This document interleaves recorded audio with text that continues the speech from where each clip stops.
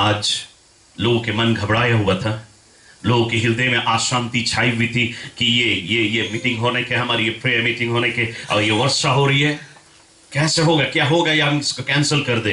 मैं आपको बताना चाहता हूं, Satan was putting a setback. शैतान इस प्रोग्राम को कैंसिल कराने के लिए इसको पीछे की ओर खींच रहा था, लेकिन प्रभु ने आकाश में ये बादलों को उड़ा दिया ताकि ये मीटिंग हो सके। Glory to God. भरे विलंब से लेकिन हुआ। Glory to God. बाइबल कहती है, जैसे मैं अभी एक दो सप्ताह पहले मैं कलीसिया में लोगों से बात कर रहा था प्रभु के वचन में, बाइबल हमें कहती है कि एक बार यीशु मसीह नाव में होके जा रहा है और उसके चेले लोग जहां नाव में सफर कर रहे हैं, यीशु नाव में सो रहा है। हमारा वॉइस बहुत जोर तो नहीं, यदि आपके कान में काटे तो कोई वॉइस थोड़ा आस्ते कर दे। हालेलुया। हम जानते हैं हमारा आवाज थोड़ा ऊपर है। हालेलुया। यदि आपको काटता होगा तो आप वॉल्यूम नीचे कर सकते हैं।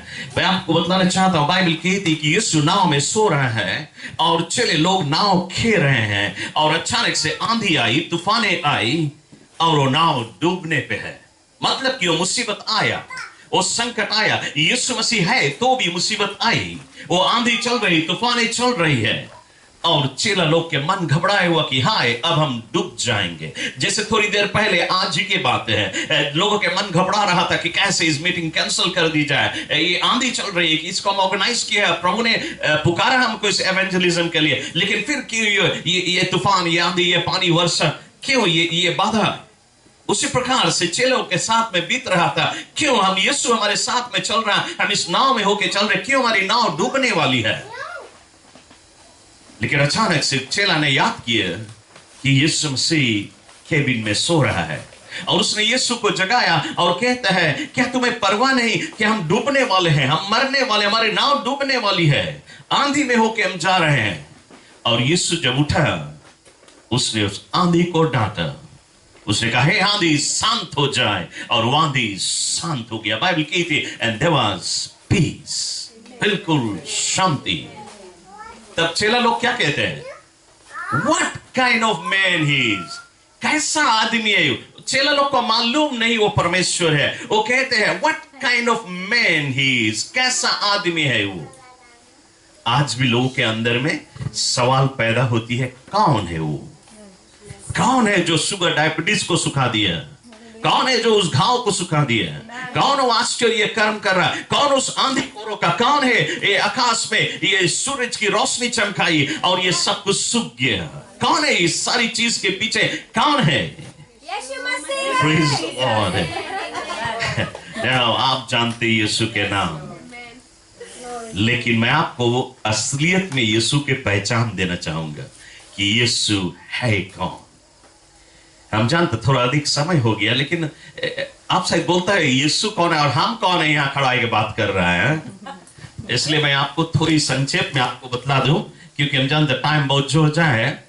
और मैं आपको बतलाना चाहूंगा कि मैं एक पंडित घराना से आता हूं और आपको मालूम होगा कि पंडित घर के व्यक्ति को यीशु के पास आना बहुत ही कठिन है।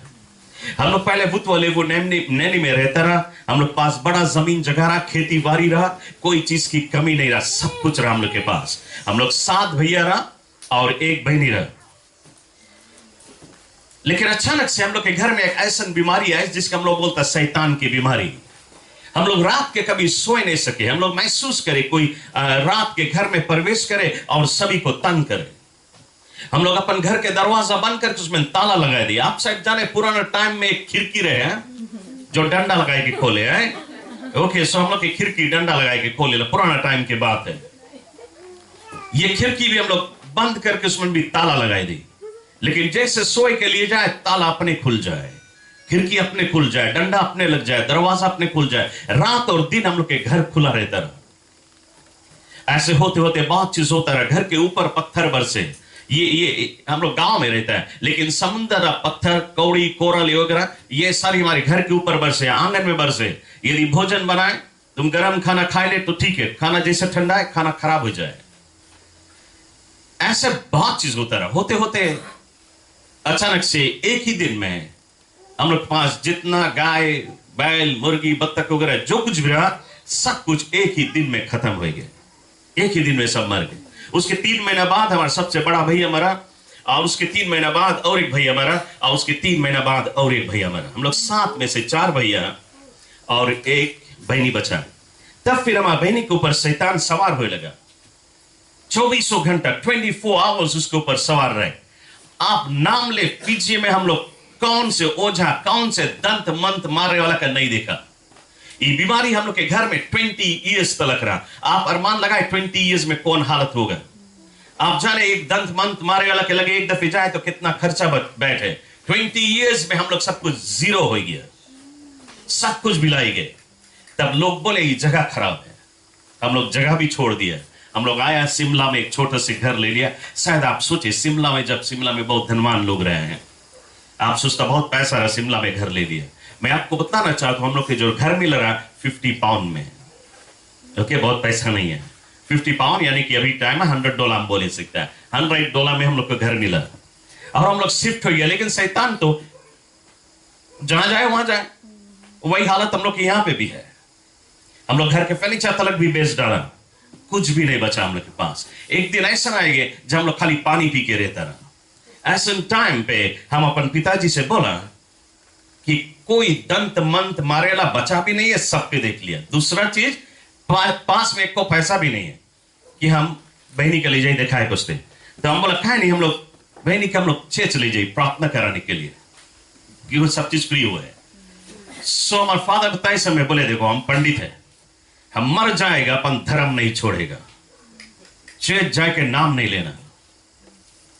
एक रोज वो घरे नहीं रहा, हम लोग चुप्पे से बहनी के चर्च ले गया।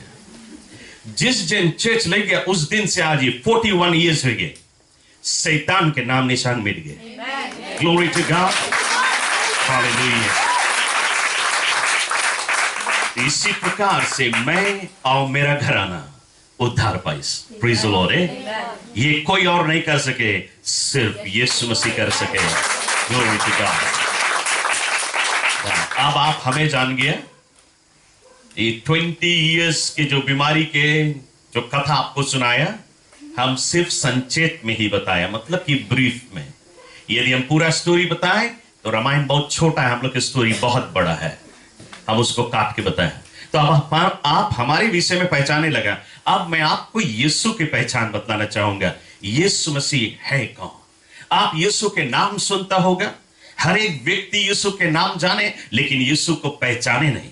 यीशु के नाम सब कोई जाने सके, लेकिन उसकी पहचान बहुत ही मुख्य है, बहुत ही जरूरी है। मैं आपको बतलाना चाहूंगा, यदि आज हम अपने सर उठा के इस संसार में देखें, हमारी आंख के नजर में जितना भी चीज आती है, बाइबल कहती है सब कुछ को परमेश्वर ने रचा है। सारे जगत का रचना उसने 6 दिन में किया। इन 6 days God created the whole world। सारी दुनिया को उसने 6 दिन में बनाया, और सब कुछ को बनाने के बाद में उसने कहा आओ हम मनुष्य की रचना करें।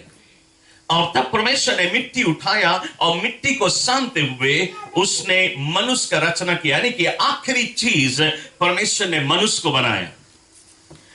और एक आदमी, उसका नाम परमेश्वर ने आदम रखा, और वहीं से आज हम सब आदमी कहते हैं, वहीं से ये शब्द आया।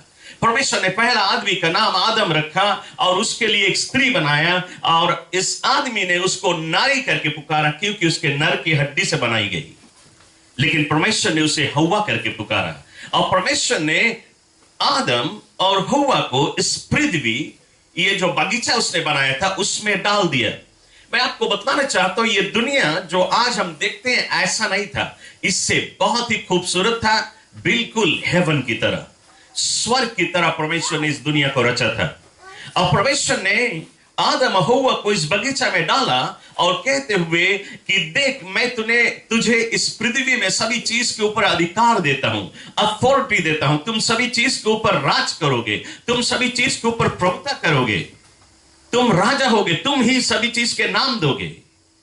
और परमेश्वर ने कहा तुम ऐश और आराम के जीवन को बिताएगे इस पृथ्वी में, यह स्वर्ग है तुम्हारा, तुम कभी मरेगा नहीं, तुम्हारे शरीर में कभी रोग नहीं आएगी, कभी कोई बीमारी नहीं आएगा, तुम्हें कोड़ना नहीं है, तुम्हें बोना नहीं है, क्योंकि हजारों के संख्या में पेड़ है, हजारों के संख्या में फल परमेश्वर ने उनके लिए रचा था। परमेश्वर ने कहा तुम जो खाना चाहे वो खा सकते हैं, तुम्हें हंडी मांजना नहीं है, भोजन नहीं पकाना है, क्योंकि सब कुछ पेड़ में है। परमेश्वर ने कहा सभी पेड़ के फल तुम खा सकते हैं, लेकिन इन 1000 पेड़ के बीच में, सारे बगीचा के बिल्कुल बीच में एक पेड़ है। परमेश्वर उनको ले जाके दिखाया इस पेड़ को, ताकि आदमी मिस्टेक से इस पेड़ के फल नहीं खा ले। इस पेड़ के निकट में और कोई पेड़ नहीं है, ये बिल्कुल अलग है। और परमेश्वर ने कहा खाली तुम इस एक पेड़ के फल नहीं खाना। परमेश्वर ने कहा कि इस पेड़ के फल के नाम है ज्ञान का फल। ये ज्ञान का फल है और तुम इस पेड़ के फल नहीं खाना। जिस दिन तुम इस पेड़ के फल खाएगा तुम मर जाएगा, यानी कि मौत आएगी संसार में। उसके मतलब यह नहीं कि उस पेड़ के फल में पॉइजन है, तुम खाए के मर जाएगा, ऐसा नहीं है।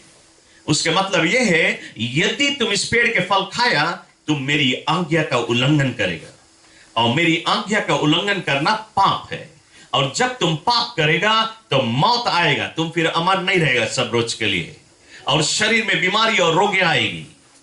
तो ये आदम हव्वा आराम से इस बगीचा में रहते हैं, सभी पेड़ के फल खाते हैं, ऐश और आराम का जीवन जीते हैं। और बाइबल कहती है कि परमेश्वर रोज शाम को आकाश से उतर के इस पृथ्वी पे आता, और आदम हव्वा दौड़ के जाके उसके एक एक हाथ को थाम लेते, और परमेश्वर के उंगली को पकड़ के वे बगीचा में स्ट्रोल करते हैं रोज शाम को।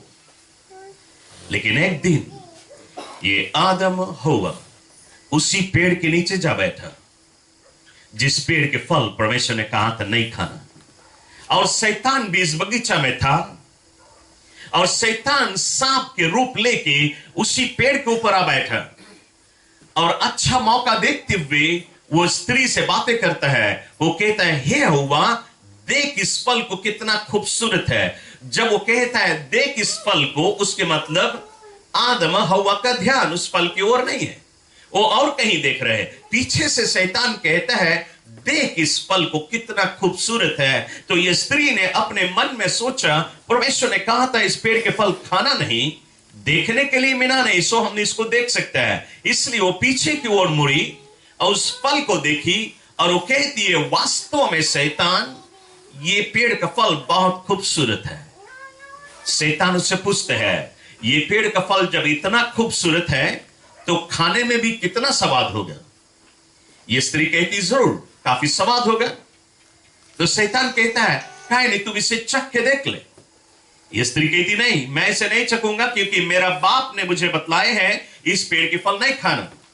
तो शैतान उसको पगला बनाए, उसे डिसीव करे, उसे धोखा दे, और वो कहे क्या तुम्हारा बाप तुम्हें बताए से कि इस पेड़ के फल के नाम है ज्ञान के फल।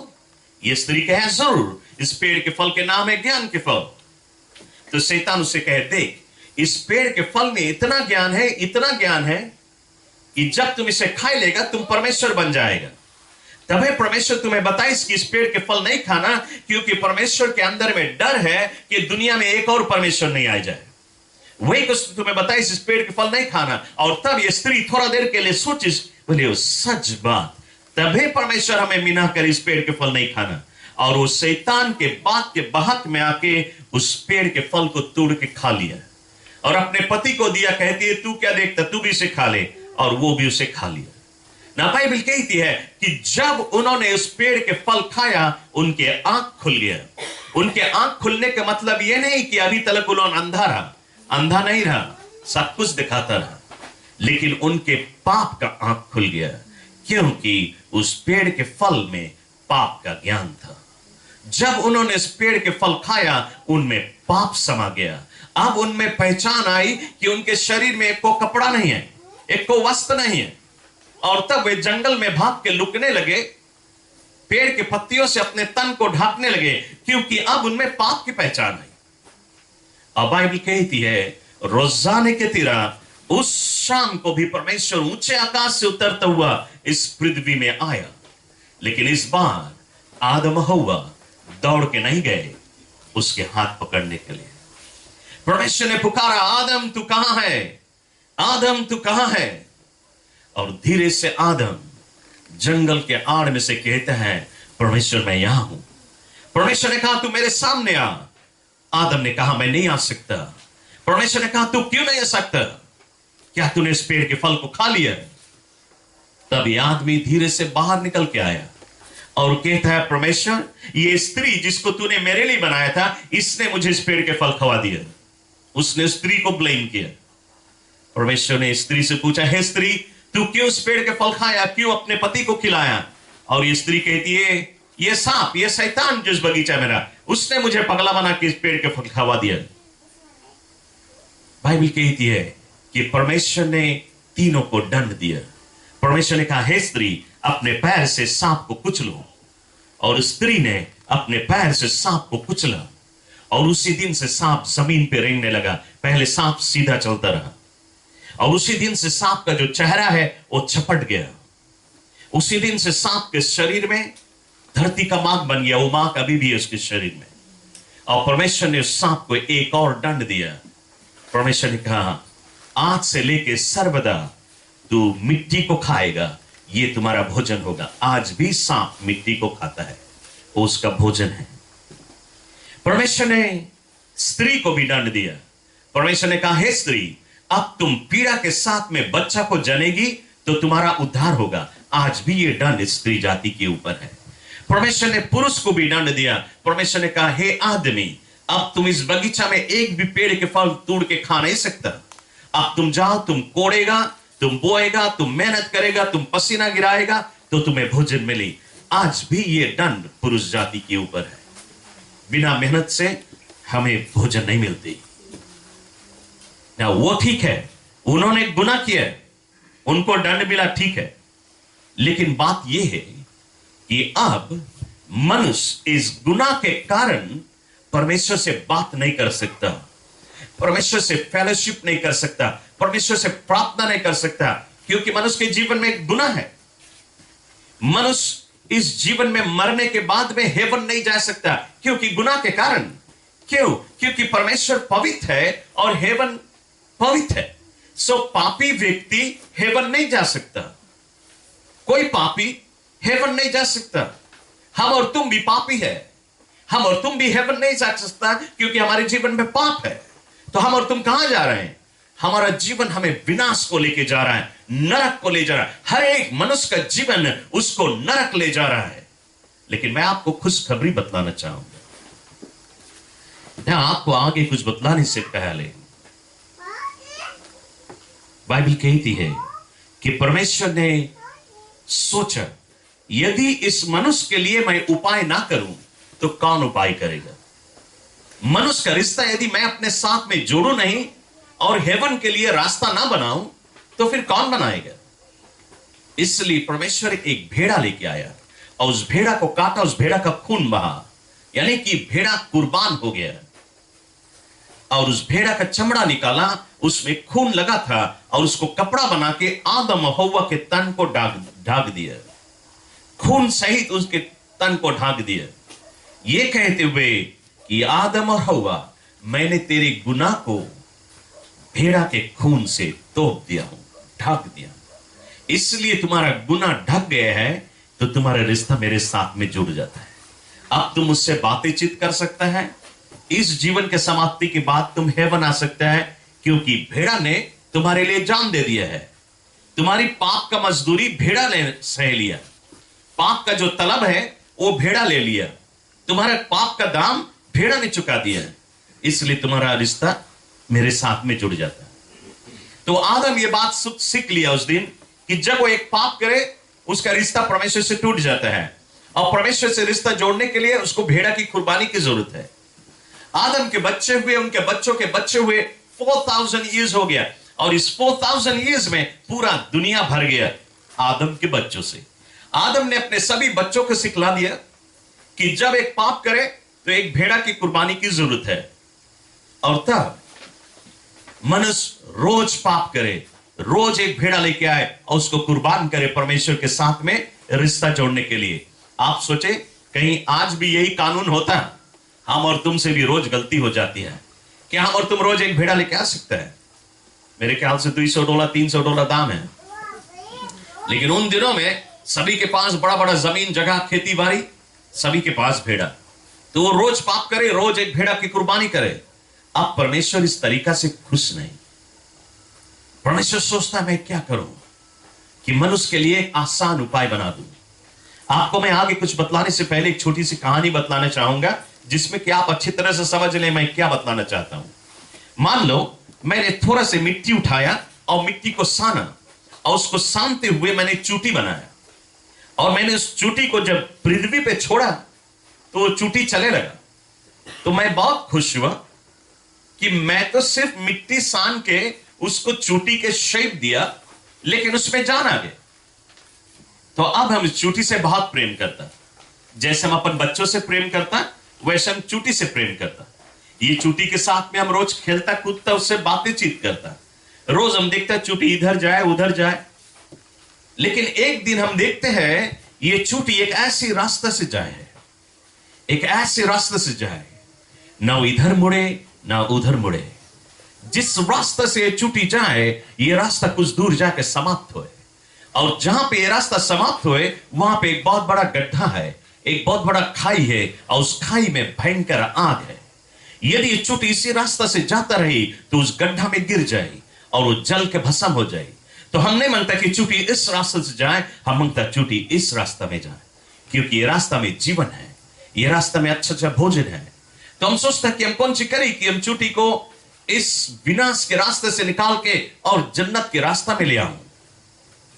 मैंने सोचा लाओ मैं अपने हाथ से इस चूटी को उठा के और इस रास्ते में रख दूं।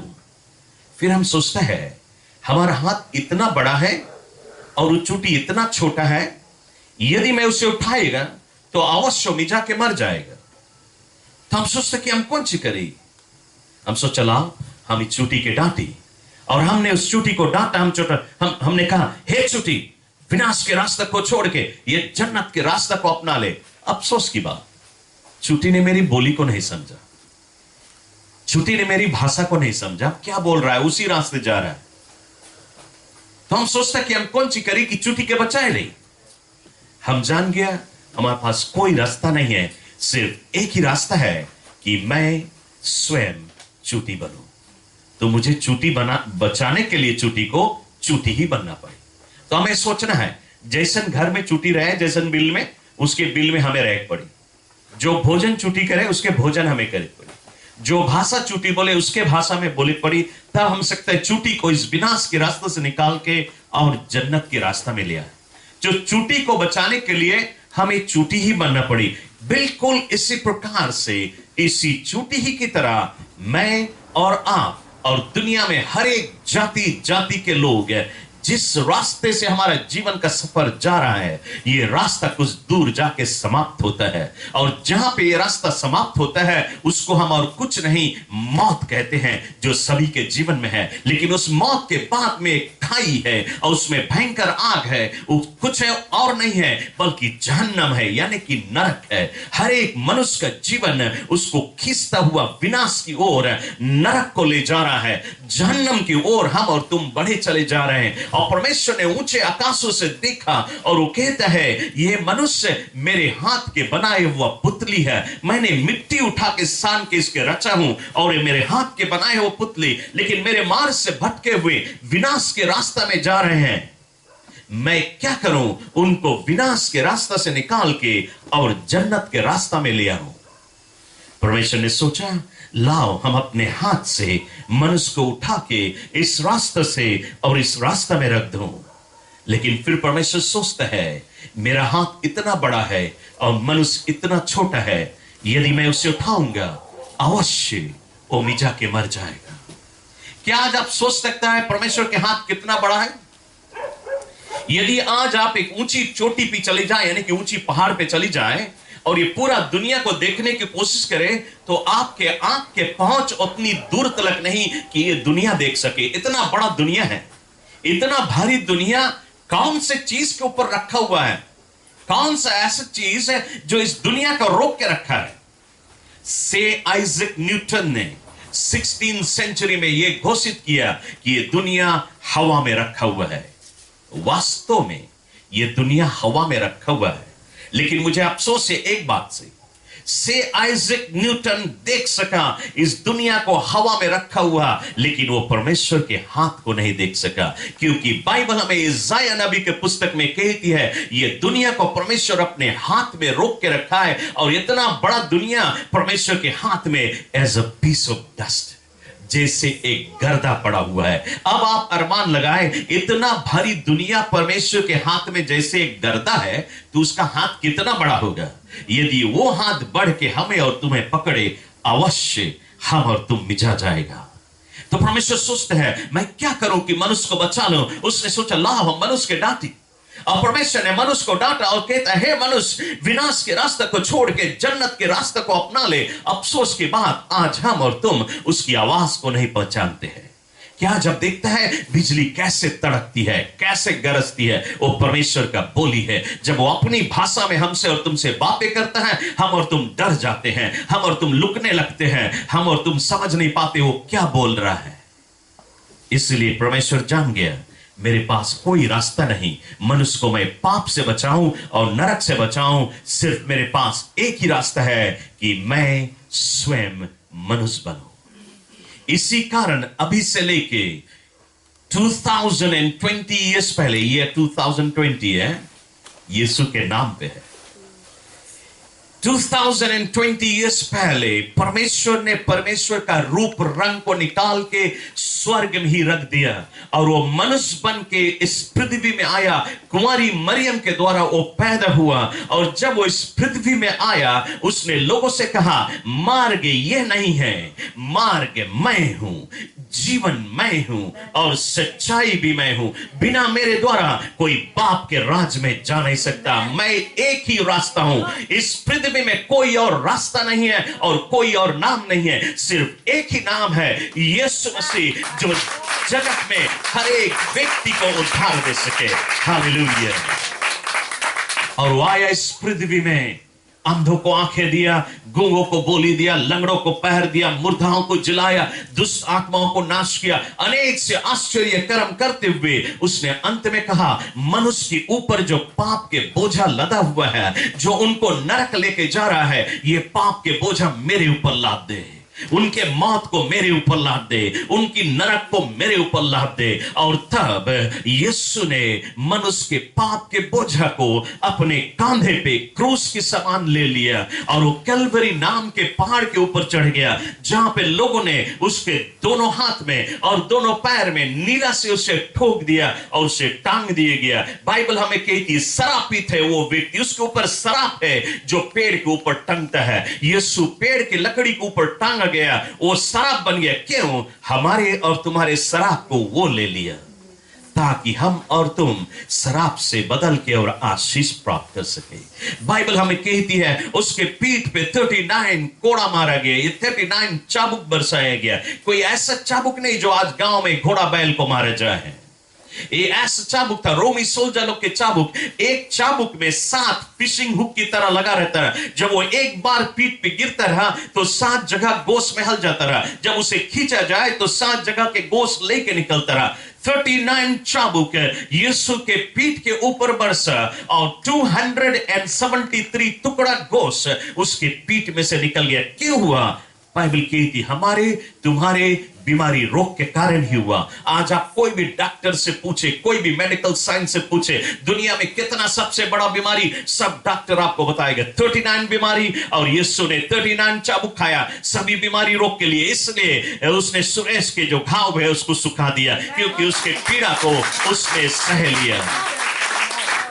Glory to God। बाइबल कहती है उसके सर के ऊपर कांटों का ताज बना के पहनाया गया। ये जो कांटा है, ये कांटा सिर्फ मिडिल ईस्ट देश में पाई जाती है। इसकी लंबाई 2 इंच से लेकर 3 इंच लंबा कांटा होता है, और ये कांटा का ताज उसके सर के ऊपर खाली रखा नहीं गया, उसके सर के ऊपर रख के उसे स्क्वीज किया गया, यानी इसको लगड़ा गया ताकि उसकी स्किन निकल आए बाहर। उसके सारा स्किन जब बाहर निकल आया, सर में जब घाव हो गया, तब उस घाव पे उस कांटा के ताज को ठोक दिया गया। आप उसकी पीड़ा पीड़ा का अरमान लगा सकते हैं। क्यों हुआ?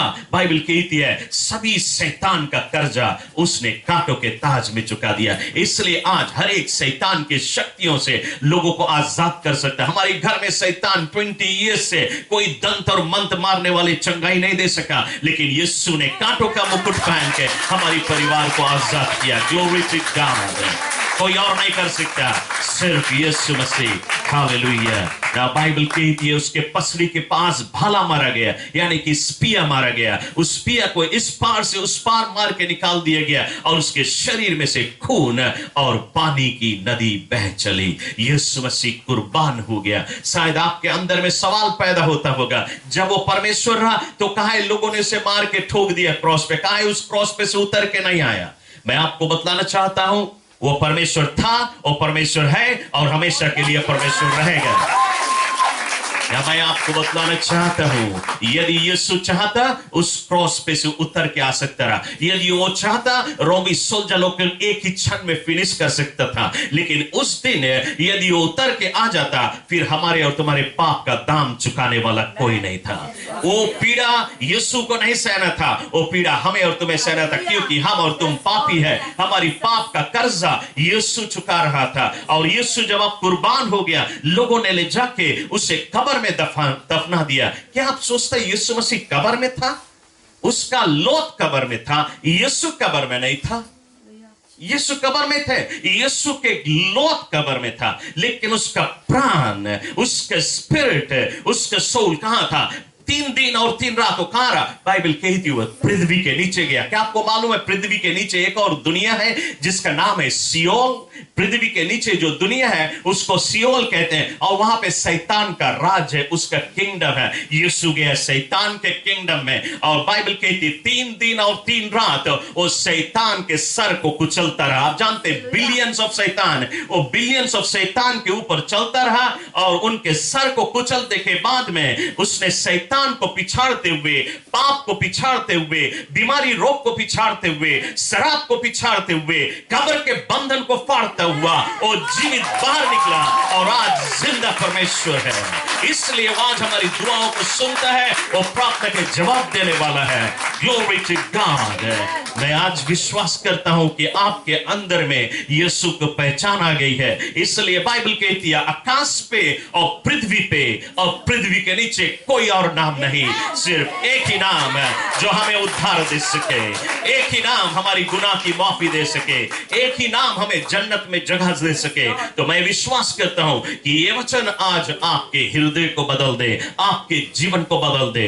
प्यारे दोस्तों, भाइयों बहनों, मैं आपको बतलाना चाहता हूं, हमारी ही, इसलिए मैं पंडित घराना से आता हूं, थोड़ा से आपको इतना ही जिक्र कर दे कि हमारी ही ऋग्वेद में, हमारे पास बहुत सारी वेद है, बहुत सारी बुक है, हमारी ही ऋग्वेद में यीशु की कथा लिखी हुई है। और वहां पे ऐसा लिखा हुआ है कि सभी मनुष्य ने पाप किए हैं, इसी कारण सभी मनुष्य जहन्नम जा रहे हैं, नरक जा रहे हैं। कौन मनुष्य को बचाएगा जहन्नम से? और ऋग्वेद ये कहता है, ये बाइबल नहीं, ऋग्वेद कहती है मनुष्य को बचाने के लिए सिर्फ परमेश्वर को आना पड़ेगा इस पृथ्वी पे। लेकिन जब वो आएगा तो मनुष्य बन के आएगा। तो ऋग्वेद कहता है जब मनुष्य बन के आएगा तो हम कैसे उसे पहचानेंगे वो परमेश्वर है? वो तो हमारी ही रकम लगेगा, हम कैसे जानेगा वो परमेश्वर है? फिर ऋग्वेद ये कहता है, बाइबल नहीं, ऋग्वेद कहती है उसकी पहचान इस प्रकार से होगी, उसके सर के ऊपर कांटों का ताज होगा और उसके पीठ पे नंबा भी लिखा हुआ है, 39 चाबुक उसे पीठ पे मारा जाएगा और पेड़ की बनाई हुई लकड़ी के ऊपर टांगा जाएगा।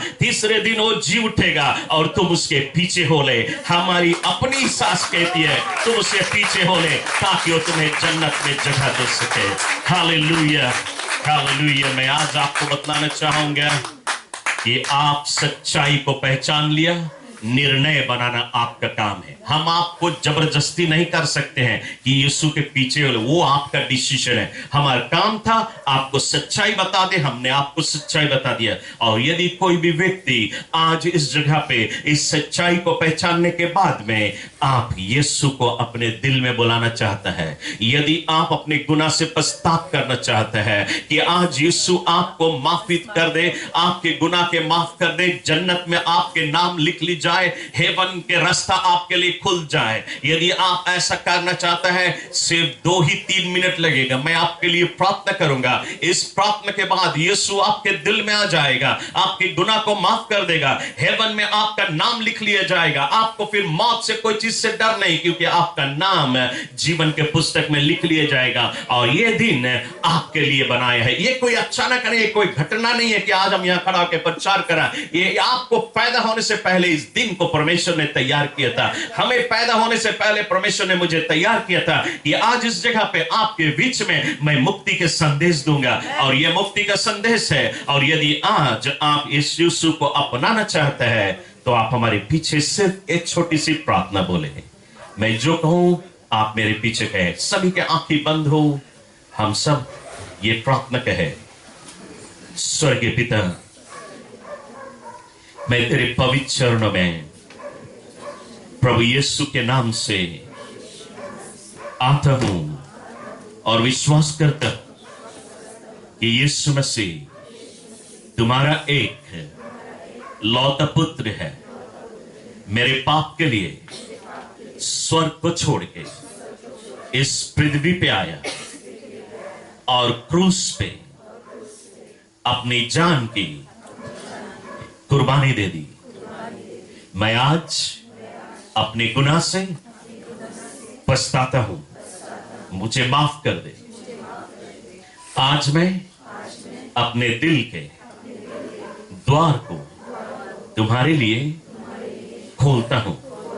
मेरे दिल में आ जा, मेरे जीवन का राजा और प्रभु बन जा।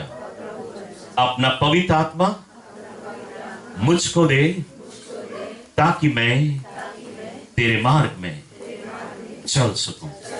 प्रभु यीशु के नाम से आमीन।